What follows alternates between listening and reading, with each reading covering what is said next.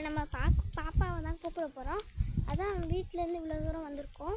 வந்து 12 பஸ்க்கு வரேன்னு சொன்னால் அது அவங்க ஒரு வழி தெரியுதுல்ல, அந்த வழியாக தான் பஸ்ஸு வரும். ஸ்டாப்புக்கு பாருங்கள், அங்கே தான் பஸ்ஸு நிற்கும். அங்கே தான் நம்ம போக போகிறோம். பஸ் இந்த வழியாக தான் வரும். இருங்க வரட்டும். இந்த இடத்துலேயே நிற்கலாம். பாப்பா அங்கேருந்து ஓடி வந்து என்ன ரிஸ்ட்ரிக்ஷன் கொடுக்குறான்னு பார்க்கலாம். வந்துச்சு. இப்போ இறங்கி வரவா, இறங்குறா வரப்போகிறா. வரா பொறுமையாக வரா. பஸ் அங்கே நிற்கிது. வந்துட்டான்.